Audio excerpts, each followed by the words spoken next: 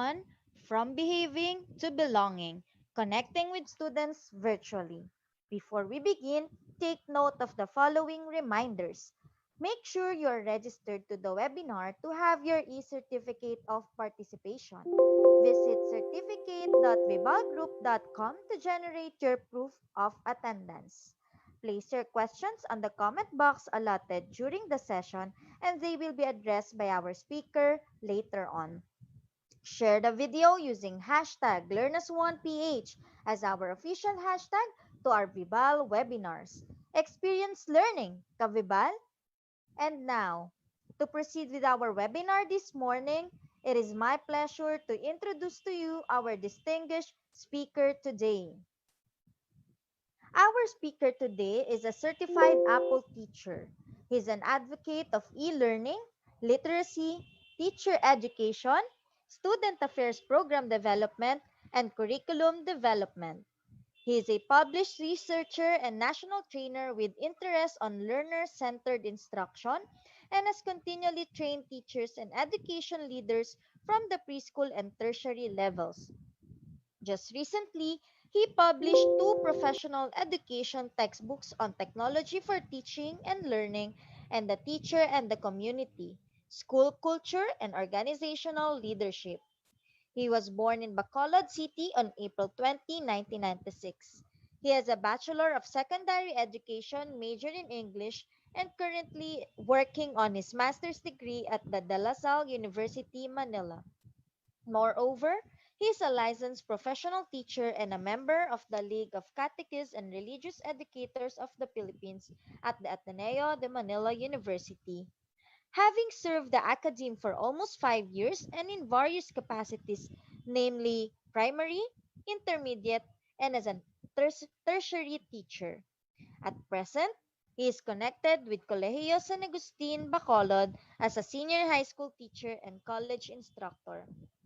Aside from being a full-time teacher, he is also a professional lecturer in the licensure examination for teachers in various review centers and universities in Bacolod City, Metro Manila, Quezon Province, Iloilo Province, Dumaguete City, and Zamboanga del Norte for the subjects curriculum development, educational technology, teaching profession, social dimensions of education, and facilitating learning. He is currently the educational consultant of all the schools of the Oblates of Notre Dame Sisters all over the Philippines, Mater Carmela Academy, and El Cole Incorporated.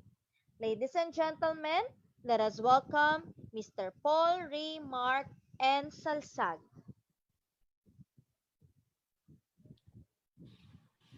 Good morning, everyone, to the 1.4 thousand viewers of VIBAL webinar. Thank you for watching and also to the VIBAL for having this webinar for everyone. So a blessed morning to all. I would like to begin with through sharing my screen. So there. So we will be talking about practical things today. I will be sharing with you only about some thoughts on transitioning ourselves. Still, we are on the process of transition from behaving to uh, belonging. So this morning, we will be talking about how to connect more with students virtually. Many of us have started already the academic year. Many of us have started already the academic year, and many of us notice already some minor glitches maybe. We've noticed already some of things that needs to be improved for this academic year. I hope that I could offer you tips, suggestions on how to go about it and how to improve our teaching. Let's accept the fact again, or let's be reminded again that we are all not prepared in these learning modalities. May it be online, distance learning, it may be online modular learning, it may be into a radio-based or TV-based. But of course, things needs to be improved. Things need to be practiced in order for us to be improved. That's why thank you very much to VIBAL for having this professional development online.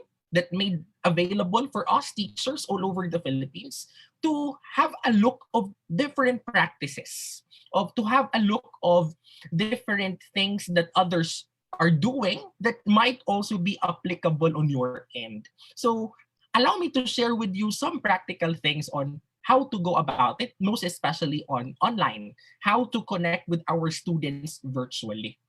We are now teaching from a different box. We are teaching from a different box, like what I am doing right now, that I'm giving trainings and giving lectures to teachers in a different box. That I am talking to you in a small box up there, like what we are doing now.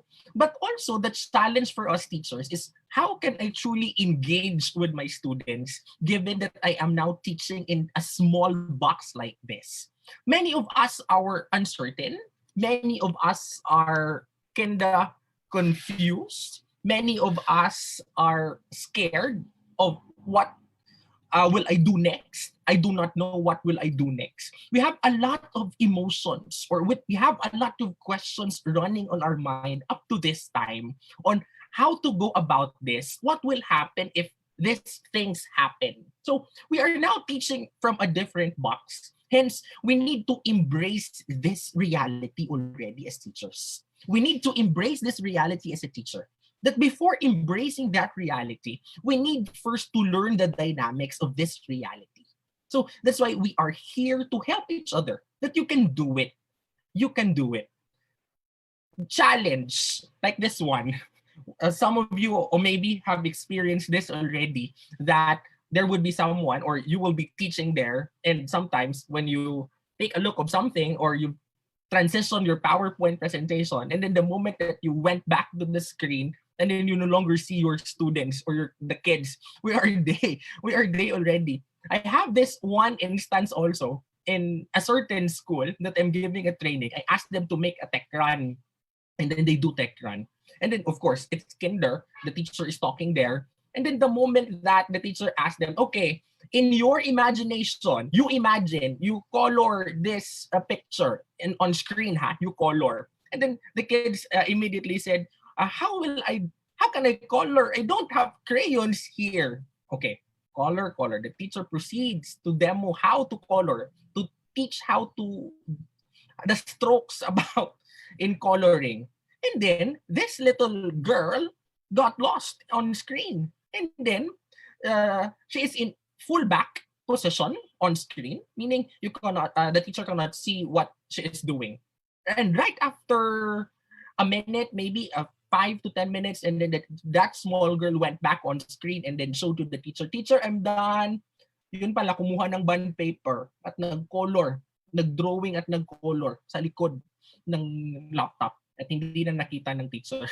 So this is very challenging, no? This is very challenging. As well as with, you will be asking your students to show me your videos, and then they are not showing your videos, and then they will tell you, "Sir, ma'am, we can't show our videos because I have unstable internet connection." So that's very challenging for us on our part.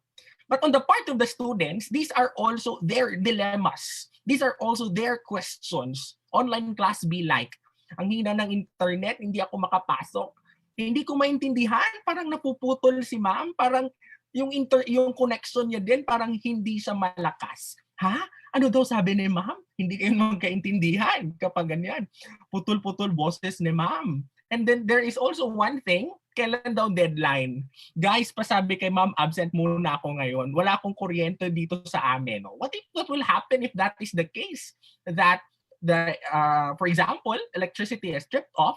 Guys, hindi ako makalogin, sobrang hina ng data eh. Andito na nga ako, labas kahit umuulan. Sige, record ko na lang para panoorin mo mamaya. So these are also dilemmas of our students. That it's not only the teacher who is anxious, but also the students. We are in a world of transition. Of course, we are all on this together. Allow me to share with you a consoling words from our great father, Saint Augustine. Be not impatient to hear what you are not yet able to understand, but grow that you may be so able.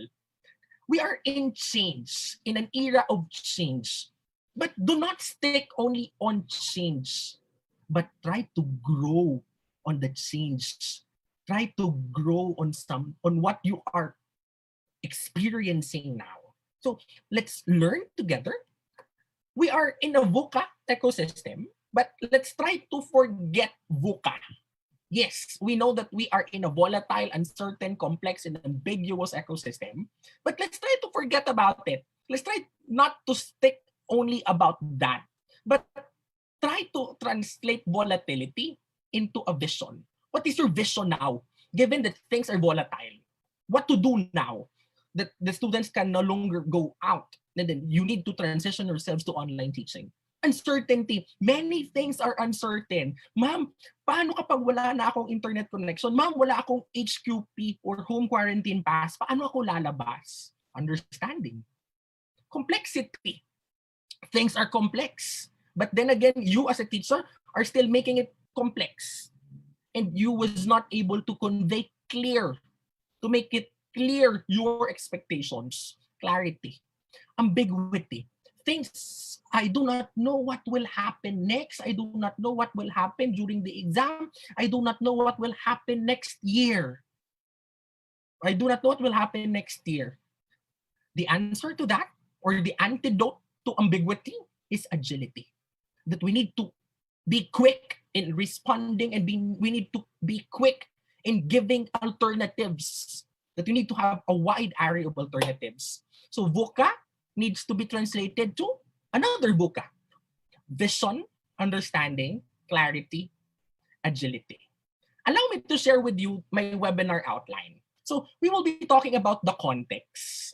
Most of it would be all about who our students is. What are their characteristics? And how can we adapt the content that we are having, that we are about to deliver to our students in the context of our students, as well as how to teach the method, the practical tips on how to attack these lessons to the Generation Z. Is if you have noticed the title slide of my presentation, you have a big Z, because we will be talking about how to teach Generation Z online, how to connect with the Generation Z online. Let's begin with the context. Let's begin with the context. A generation is very important in studies or in being a teacher, because inside the classroom, we are facing a new generation. Maybe a generation not of your generation, but maybe a generation coming from a different generation or a newer generation.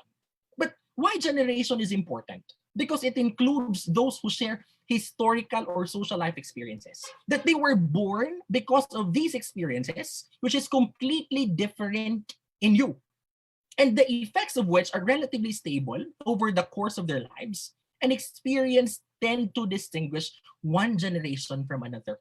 That their experiences is completely different with what you are experiencing. So generation is very important. That this certain generation do have a different experiences, do have a different line of thinking that we need teachers to know, and we need to adapt the pedagogy that we will be utilizing with them. Of course, we have this generation, the matures, born 1945 and earlier. If you are a baby boomer, born 1946 and 1964, one of the characteristics maybe of baby boomer that these are people who would always to be in control. Where are you going? Anak, saan ka pupunta? Kapag maiinip na, or the kid will fed up, the student will tell a boomer. That's one thing. Generation X was born in 1965 to 1976. Millennial from 1977 to 1995. And the classroom, the people, the persons inside the classroom are all Generation Z, born 1996 and later. So these are our clienteles. These are our students. Let's try to talk about the problem of generation gap. That we cannot enter, or sometimes, of course, it will lead you not touching the hearts of our students, simply because that we have this concept of generation gap. That there is a gap between the student and the teacher. Like for example, the teacher is a boomer, and then here comes the student who is like this, who is a generation Z. So therefore, as a baby boomer, for example, we need to learn how this generation Z learns. We need to learn their lingo, their language, and what they are doing, what they do like, and how they easily learn. Like for example, if you have a business, you need not to just to stay there, but to reach out to the clienteles, what the clienteles want in order for your business to be saleable. That's also applied to education. In order for you to be saleable, you need to try harder on how to market yourselves with this generation, how to make my lessons appealing, how to make my lessons engaging given this. The problem is this generation gap. We do have a hard time of teaching the students because of this concept of generation gap that many of the teachers will be telling me, sir, napakahirap ng mga estudyante ngayon. Di ba? Nagda-drama yung teacher. Napakahirap ng estudyante ngayon. Parang hindi ko na sila maintindihan. And yung estudyante sasagot din, ma'am, hindi ka din namin maiintindihan. Oh, di ba? That's sometimes a shared emotion. No? Sometimes that's a shared emotion. Yung nangyayari, ito, tingnan nyo. Teacher at the beginning of the school year, ang ganda. Pagdating na ng teacher at the end of the school year, tingnan nyo. That's something that is very challenging for us teachers. But let's try to talk about this one. 5 things young people need. This is coming from Carol Dean in her book Almost Christian, what the faith of our teenagers is telling the American church, even though it's more of theological book. It's good to talk about what these young people need. Number one is creed, that they need to be certain about their faith. Sometimes they act like this and that because they are not certain about their faith. And that is where religious education comes in. Community, that these are young people, or these are people or persons that would always want to belong, who would always go with their peers and adults. If you try to take a look, they do malling, right? They do malling. They stroll in malls, but they're not buying something, right? They're not buying something. They can stroll there for almost a half day, walking, seeing things, no? They do malling, but they're not buying because of that concept that young people need community, that they are happy to be with their peers. And also, one of the characteristics of young people is the concept of call, that these are people who do have a thirst of finding a purpose greater than themselves. Why they are very inquisitive, why they are inquisitive, why they are want to experience this and that, why they have a motto of try and see, because of this concept that they are there of finding a purpose greater than themselves. One thing that I like also is that young people are hopeful people. They're hopeful people. They're equipped to know what there is next. That they are always thinking of what happens next. Tingnan mo yung mga bata, kapag sinasabi mo minsan na, naku, hindi pinagtuunan ng pansin, okay na lang sa kanila yung ganito. Because they are hopeful people, that they know that there would be still next, that they can do better next.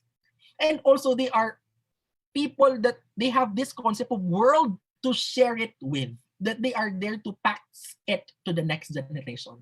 So this, for me, summarizes the 5 things that young people need, that they are in need of creed, of community, of call, of hope, of world to share it with.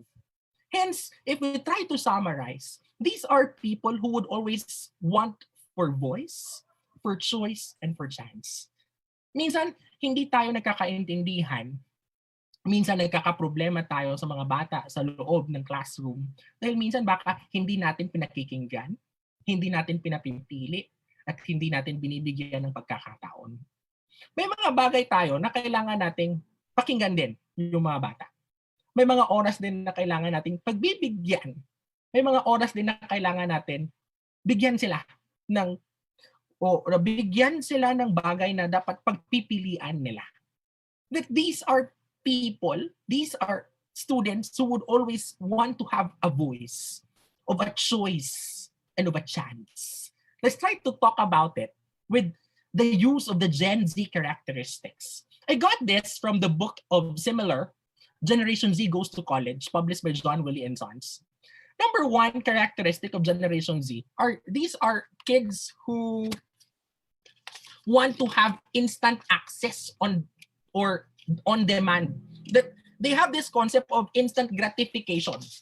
Because of this, that knowledge now tends to be ubiquitous, that it can easily be Googled, right? It can be easily Googled. I don't know this concept. Okay, you Google it and then there, the information is there.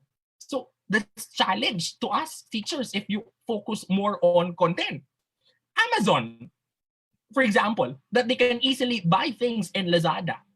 And also they can book a car through Grab. And one thing that is very challenging is they can do binge watching through Netflix. That they can stay up to the whole day, up to the next day, just watching Netflix. Number two is also the concept of multicultural and blended families. Because of the instant access, these students are now exposed to different cultures. And that exposure to different cultures, different types of families, of course, we have different types of families that is very challenging in terms of our faith now, is that there are single parents, our families also with that. So because of that thing, because of that concept, one characteristic of the Generation Z is that they are exposed to new ways of thinking. They are exposed to new ways of thinking. That's why inside a classroom, they have various ways of thinking, that they have different lines of thoughts because of this concept of multicultural and blended families. One characteristic also that these are students who would always want immediate feedback and constant but private contact. That's why these are students that I call as glass gen. They are also considered called as glass gen. Why glass gen? Because they are always in front of a glass, of a laptop, of an iPad, of an Android phone. That's why they are considered as glass gen. But one of the loopholes, maybe, or shadows of this generation is that they do have a higher rates of obesity and unhealthy lifestyle because they prefer interactive over physical active. They prefer interactive over physical active. So something that is very challenging for us teachers and also to parents as well. Also, in terms of neurodiversity, 3 to 5% of the world population has ADHD. And in accordance with the ADHD Society of the Philippines, 80% of the adolescents have ADHD symptoms. And also, this is one of the primordial challenge of teachers in the primary level, the neurodiversity in the classroom. But also, ADHD kids are inattentive, impulsive, and hyperactive, even though these are considered as shadows of the ADHDs, but there are also lights of ADHDs, that they are productive, they are broad-minded, and they are also multitaskers. This is what I've noticed also to them. One thing that is very challenging for us teachers is also this. In the year 2000, the average human attention span is 12 seconds rather. And in 2015, the average human attention span is 8 seconds. But now the average attention span of a goldfish, 9 seconds. That if you try to take a look, what will happen to 9 seconds? How can I go about it if that is the case? How will I teach if the attention span is 9 seconds? Later on, we'll try to talk about that. And also, one thing that kids would do, or the Generation Z would do, is stealth mode. That they don't want to be traced. They don't want their parents or the teacher would see what they are doing in social media. Diba? Meron mga sa Facebook, merong mga hide or ina-hide yung itong post na to, hindi makikita ng ganitong teacher or ng parent ko, that they are stealth mode. Yun pala, nagrarant na pala sa'yo. Hindi ka maganda magturo, hindi ka naman nagtuturo, puro ka lang pa-watch ng YouTube video. Hindi mo makita. Saan ba yun? Saan ba yun? Hindi ko makita. Because they are in stealth mode. that that is one of the characteristics of Generation Z. Number 4, hyper-aware multitaskers. That this generation think in a 4D manner. That they are into thinking a lot. That they are can do many things. Like for example, the 40% of Gen Z, according to research, call themselves as addicts. And they are doing 2 versus 5 screens.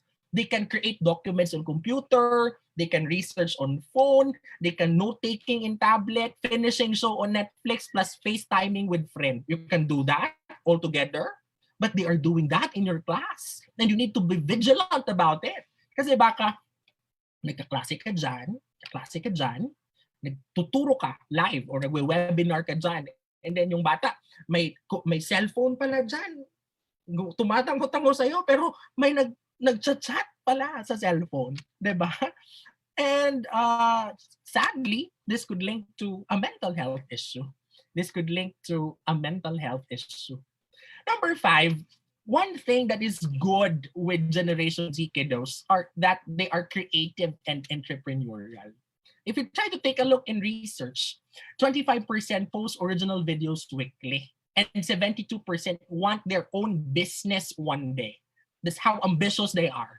But no, it's not only about ambition, that most of them are making things happen. That they don't want not to make things happen. They want to achieve it. So these are the characteristics of Generation Z. These are the characteristics of the kids that we will be facing later on, that we are facing now. But a word of caution, a word of caution. Most of our Generation Z kiddos do have a lot of positive sides. But maybe on a personal note, this might be a negative side. What is that? What is that? Generation Z is considered also as a woke generation. Woke generation. W-O-K-E. Why they are considered as woke generation? What is woke? It's an adjective. That people, these are people who are well informed and up to date. They are well informed and up to date. And they are alert to injustice in society, especially racism. We need to stay angry and stay woke. That is, they are considered as a woke generation. Let's apply that in a school setting. For example, may hindi sila nagustuhan sa'yo. Sometimes we need to be vigilant also, and we need to be cautious as teachers that these are the characteristics of Generation Z. That baka nakikita mo minsan, nagrarant na sa Facebook, nakikita na doon yung mga pangalan mo, na eto ang teacher na ganito, hindi siya nagtuturo, nagaganito lang, nagaganito lang, nagaganito lang. And minsan, the challenge there is that it might go viral because these are woke generation and they give sympathy to each other in social media. That the agora of woke generation is the social media. Why social media? Because of the concept of the democratization of ideas. That there is no boundaries in social media, that there is no limits in social media, that they can say whatever they want.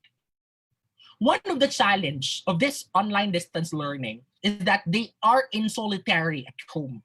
That they are in solitary at home. Hence, they don't have peers to talk to. Hence, they will be talking in social media. For example, if there are things that they don't like, and then they can talk to their parents, they can talk to someone else, they will be giving that, or they will be showing that in social media. One of the challenge this, for example, the common Filipino lines used in Smart Shaming by Jericho Ventura. These are concepts also of cancel culture. Cancel culture. If they don't like you can easily be canceled. Like for example, dami mong alam, or edi wow, diba? Or edi ikaw nang magaling, or bida-bida.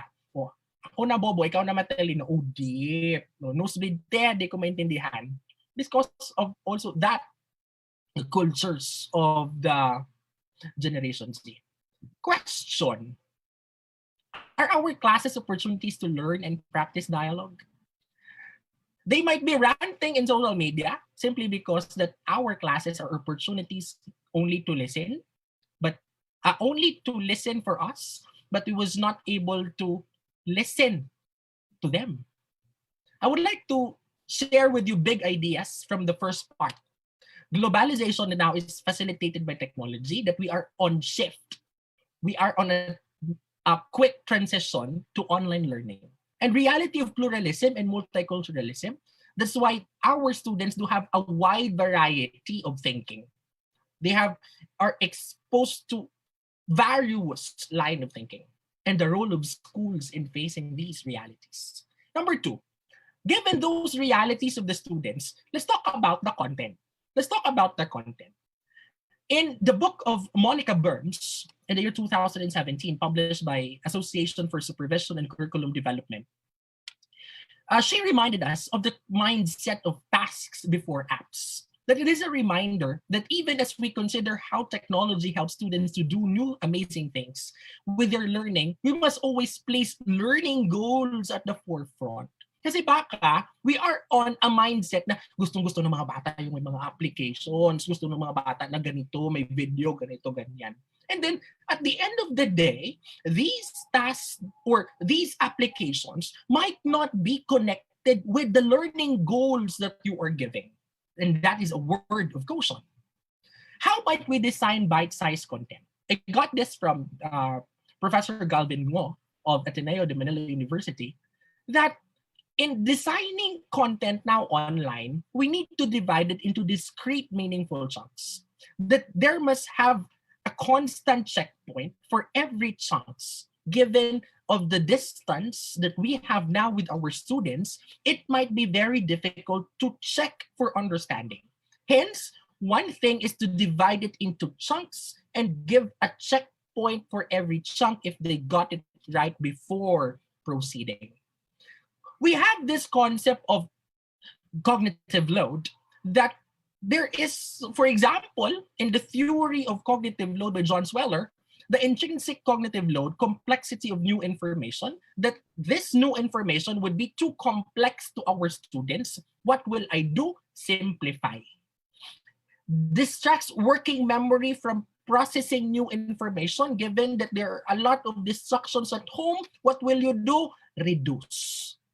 Deep processing of new information, integrating it with previous learning, maximize.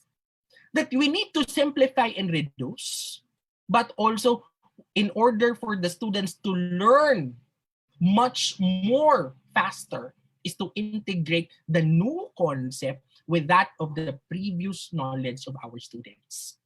Ways to minimize cognitive load. These are simple tips that it might be useful to you. Use simple designs and presentations. Like for example, white background will do, hindi nang lumilipad-lipad pa, no? Kasi it's too distracting for our students. Use negative space in laying out handouts and presentations. And then you chunk information. You divide it into different subparts. You divide it into different subparts. And have regular reflection that develops metacognition.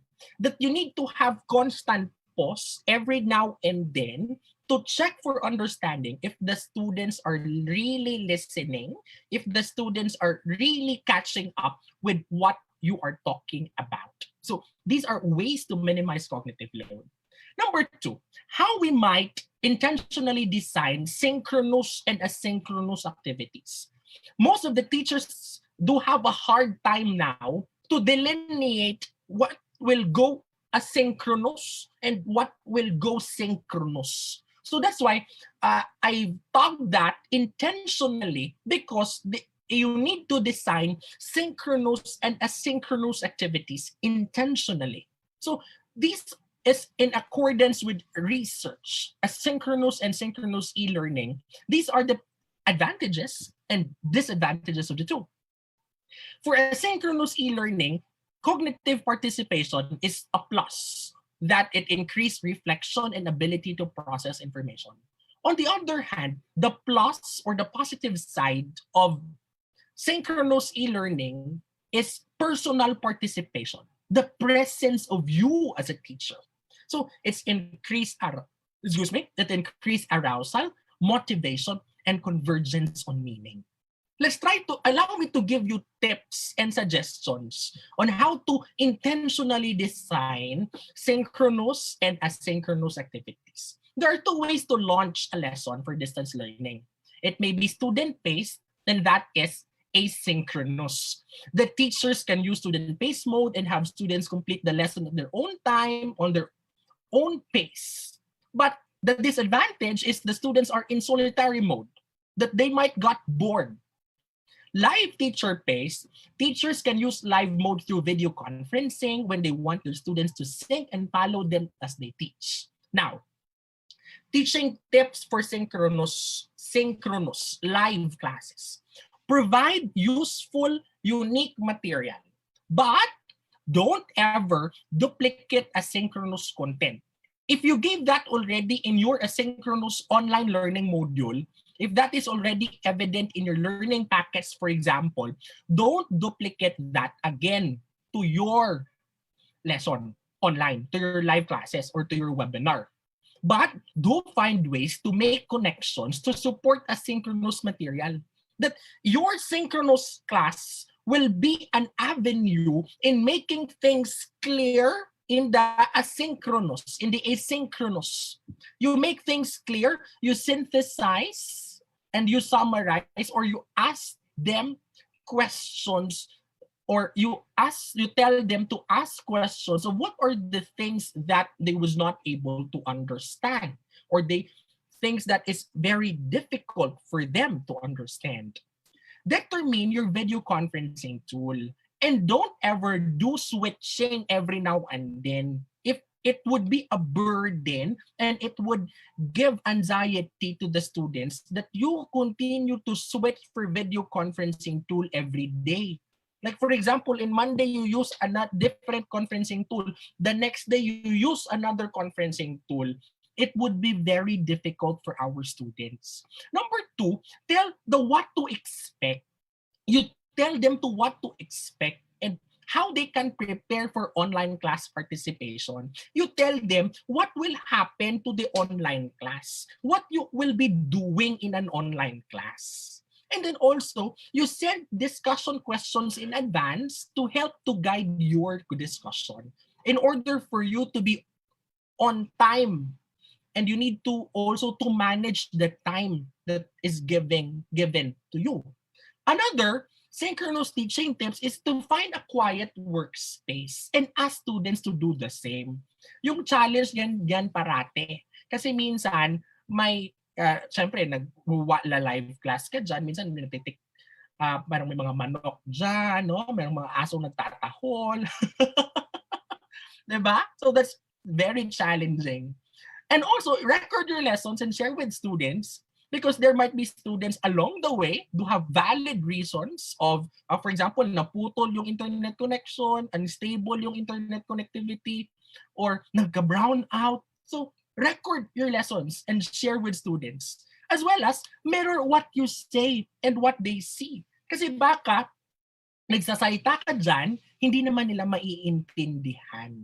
And much better is to use an external microphone to maximize the best audio connection. So that's one thing na dapat natin gawin as teachers. How might we design engaging and empowering learning activities, not just content?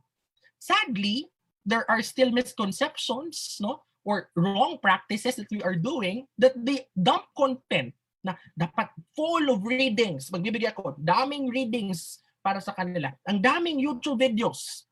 Let's try to think about if dumping content is effective, or we need to go with generating an experience. We need to go with of providing activities for the students to generate an experience rather than of dumping content.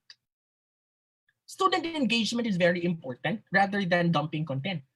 That we need to go beyond basic lectures, and we need to translate passive learning into active learning.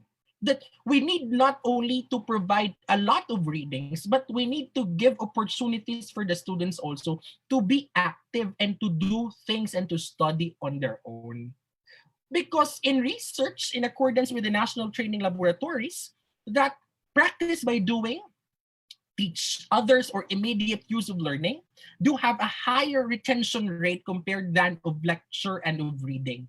Hence, we need to go with students' experience learning.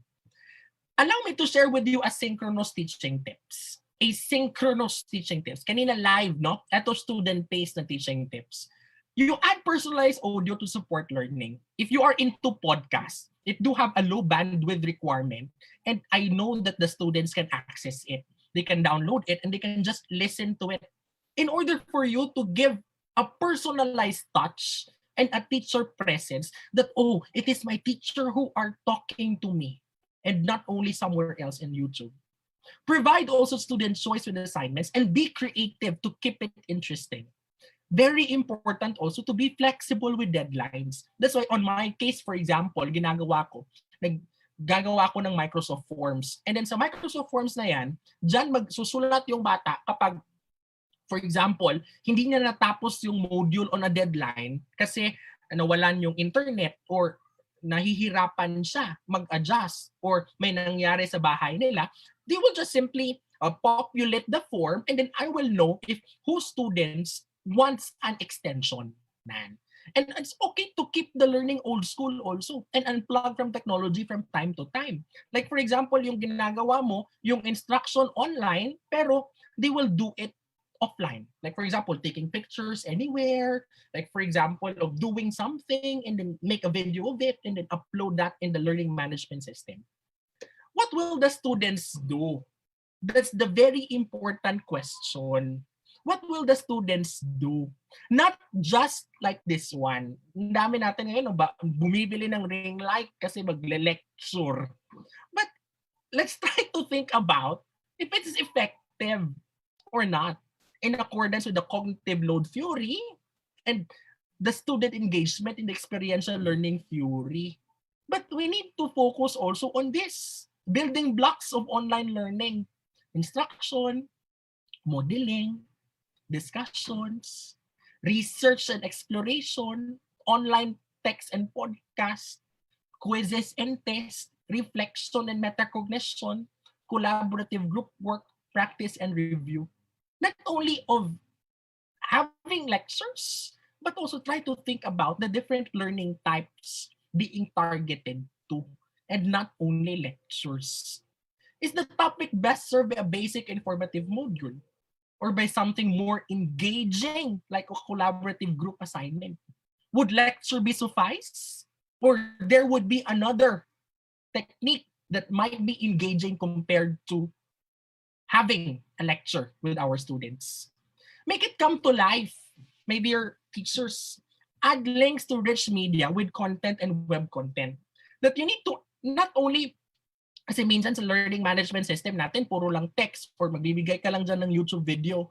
Try to be varied also. Like slideshow, video, VR experiences, website. If you are into simulation, you can go to fet.colorado.edu. Sway, and a lot of more. Allow the students to learn in an engaging manner that they will interact and they will grow later on. And also, if you love video, but do not give only a plain video, but try to make activities out of the video as well. Like if you are into video annotation, you can use Edpuzzle.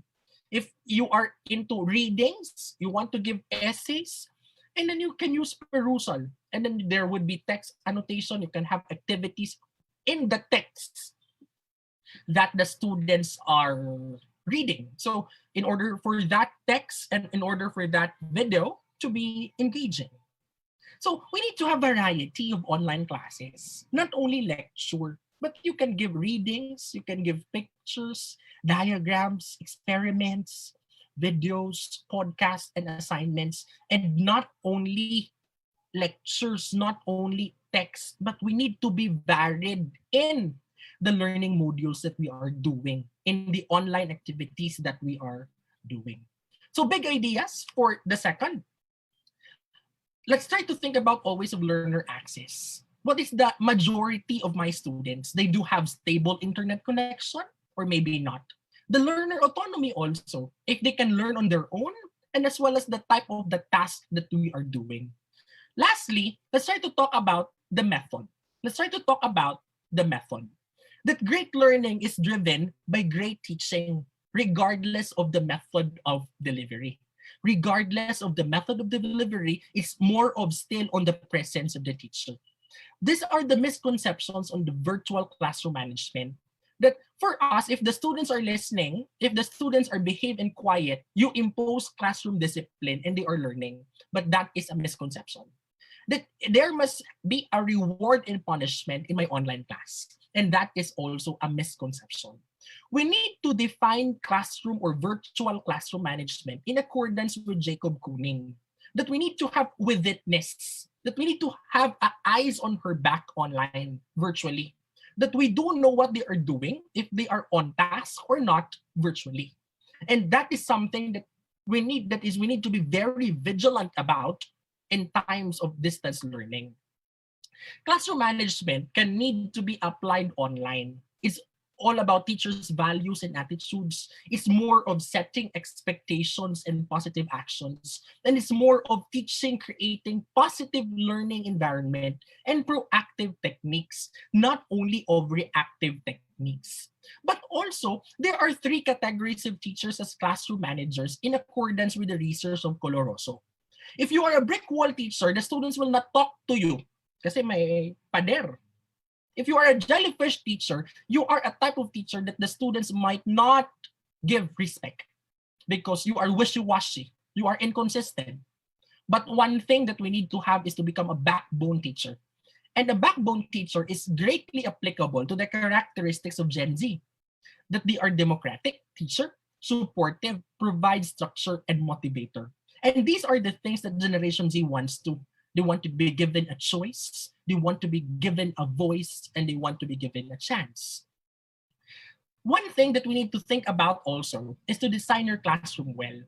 To prepare your digital classroom's look or motif, most especially for the primary grades, in order for you to be engaging and in order for you to be attractive to the students. Also, try to think about of technical orientation and etiquette for our students. Try to give already policies that the students need to follow or etiquettes that the students need to follow during your online class in order for them to be aware that these are the do's and don'ts for them, as well as let's try to apply still the golden rule: respect and trust. That you give the students opportunities, or you give the students policies and rules that they need to respect and to trust each other even though it's online, but have zero tolerance for bullying and disrespect. Digital parenting for kids is also very important.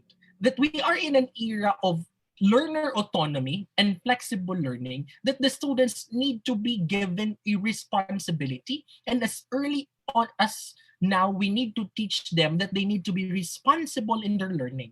Hence, parenting needs to be semi-supervised, not what is being flashed in the picture. That online classes behind the camera, there is a parent who are taking a look constantly of the kids. Hence, that is a wrong practice of what we are doing. Try to teach them to be responsible. Allow me to end my presentation with three things. We need to build virtual community. We need to connect with our students, and we need to walk with our students step by step on how to access technology. To start small and not of big things. To hook first with our students with fun. Realistic expectations is also very important, that we are open for mistakes. And it is where through mistakes that learning and growth happen. Connecting with students virtually. Again, it can happen either synchronously or asynchronously. Get comfortable with video already, because there are teachers still who are camera shy. Give students options. And very important, we need to give classroom procedures already. Like for example, that the students need to go online already 15 minutes before the time and not 5 minutes before the time or during on time. That we need to create realistic expectations for learning. That your expectations might not be applicable on their end. You need to think about that also. And also, we need to provide more opportunities for the students to be creative and not only of reading a lot of papers. Stay connected, monitor progress, and follow up. And that is one thing of promoting teacher presence to our students. Start small. Hook your students in with something fun. Let them see that we can still feel connected from a distance. This is what they are looking for now. And I'm very happy that I've read a comment from my student last time. And he told me that, sir, your class is just like that. We feel your presence. That parang sabi niya, parang nag-face-to-face classes pa rin kami, sir, kapag nagka-klase ka. That's good. So connect with proper etiquette, pace transitions and waiting time. The challenge of the students now that most of the time the teacher now is too fast. Use engaging games, and that game would be very useful also in giving of checkpoints that you check if they are learning, as well as acknowledge internal and external distraction. Internal is that they might not be listening to you due to poor internet connectivity. External distraction might be that they are doing a lot of things, other things on their end. But you need to begin talaga with motivation as an entry point. And we need to use group process and interactive games. Like we need to divide them into breakout rooms, establish routines to develop students' responsibilities. That from the moment that they enter the class, they enter the online class, they need to be sit back, they need to show their videos, mute their microphones, and then automatic na dapat. Kasi we develop routines already to our students and they are responsible with it already. Set realistic expectations. Learning with new technology takes time, but we can do it. We are all on this together. Expect challenges. Expect a lot of questions on the first week or second week of classes. You can work the kinks out as you go, and we are all in this together. You need also to provide student feedback. Let your students know how they're performing, if they are doing the right thing. And when possible, find thoughtful and creative ways to connect with your students. And try to ask them also if your teaching style would suit them or what are their dilemmas that you might not be aware and they are already do have a hard time with your class. One thing that I did last week is that I made a Microsoft form with my students. And then I asked them of a week one satisfaction survey, if they are satisfied or not. And then I put suggestions and recommendations. And then they gave me suggestions and recommendations that I'm too fast, that I need to extend my deadlines. So these are the things that we need to take a look, given that all of us, not only us teachers, but also our students are journeying on something because of adjustments. So for this third part of my webinar, don't add to the anxiety. Try to ask and try also to feel, to be emphatic to our students. Respect diverse contexts. That the context of this certain student might not be applicable to you. Like for example, there's no not all do have a high-end Android phones. That not all do have a stable internet connection. Relate with students and peers. Try to give them something to talk. Try to give them opportunity to talk with each other. Expect errors and failures and use that errors and failures to teach them because that is a teachable moment. And be realistic, my dear teachers. Be realistic on what we are doing with our online class. So be realistic. So hence, that is, it encapsulates my talk, my webinar this morning. The context of our students now, the content, and the method on how to manage them in an online class or virtually. Let's put all together. Let's put it all together. Take time to breathe, my dear teachers. Kasi baka ang dami mo ng questions sa buhay mo, ang dami mo ng questions sa buhay mo, ang dami mong questions sa trabaho mo, baka nagkaka-high blood ka na. Baka ang dami mo ng sakit kapag ganyan. Take time to breathe and do not be responsible for everything because we are all new on this. You cannot solve everything or all of the problems that you are encountering now. That what you are experiencing now is also experienced by someone else or by all of us. Practice in order for you to be a master of the craft that we are facing now. Communicate. Try to talk to another teacher. Try to talk with your friends. How to go about it. Teach me, coach me, learn. Because practice makes progress. These are the words that I want to leave you: to breathe, to practice, to communicate, to learn. Because practice makes progress. Thank you very much, everyone, and a blessed morning to all of us. Thank you for listening. Thank you very much, sir. Now we will proceed to the question and answer portion. Our first question is from Arceli Capio. In this VUCA world, can you please give us an idea on how to sustain students' attention span while we are teaching in a small box? Very good question. Number one, chunking.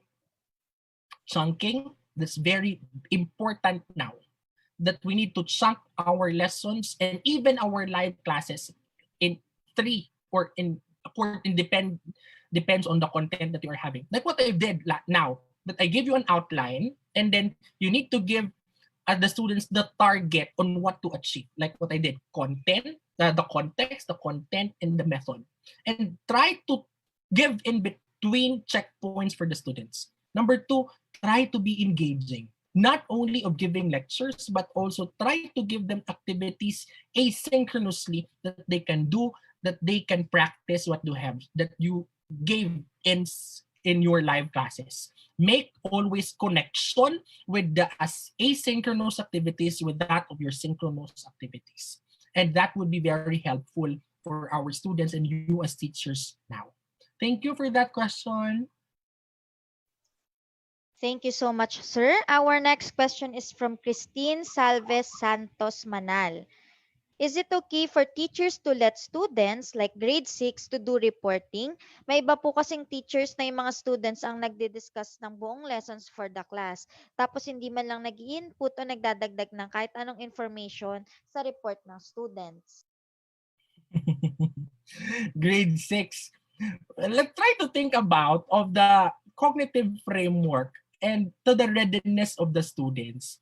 Very important in the primary and intermediate grades that our presence as teachers, that even college or even senior high school, they don't like that because the content or the input might be coming from us. But on our end or on my end, one thing that you need to think about is to make your online asynchronous modules to be self-sufficient, and try to make your live classes as moments of talking to them, or as moments of giving them something, or moments of connecting with them. Because baka you forget already your presence as teacher. You let them feel your presence as a teacher.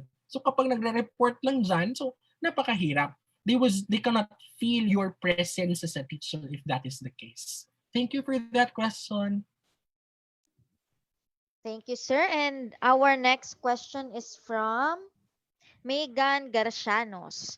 Sir, any tips po on how we teachers can effectively show emotional and moral support to our students in a distance learning setup?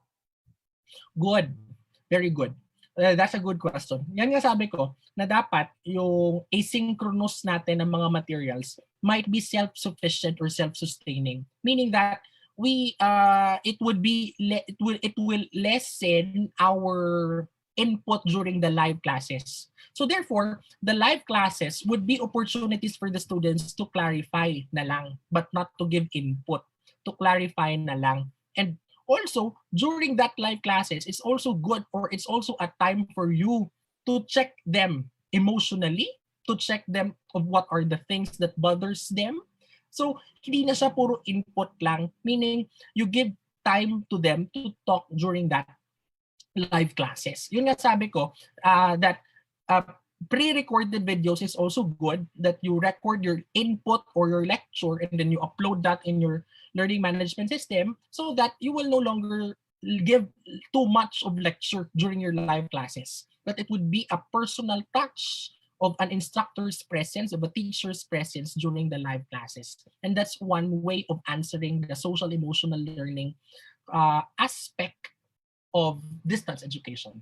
So thank you for that question. Thank you very much, sir. That's all the questions we have for now. Any last reminders to our viewers for today po?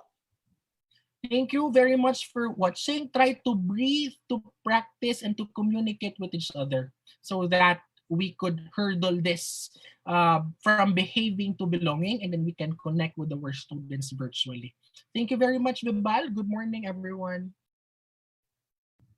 There we have it. In behalf of Bibal Group Incorporated, I would like to thank our speaker for today for this very eye-opening and insightful learning session. It is an honor to have you with us today, sir. And to all our Kavibal viewers, all thanks to you for your continuous patronage to our daily learning session. Muli, maraming salamat at magandang araw sa ating lahat.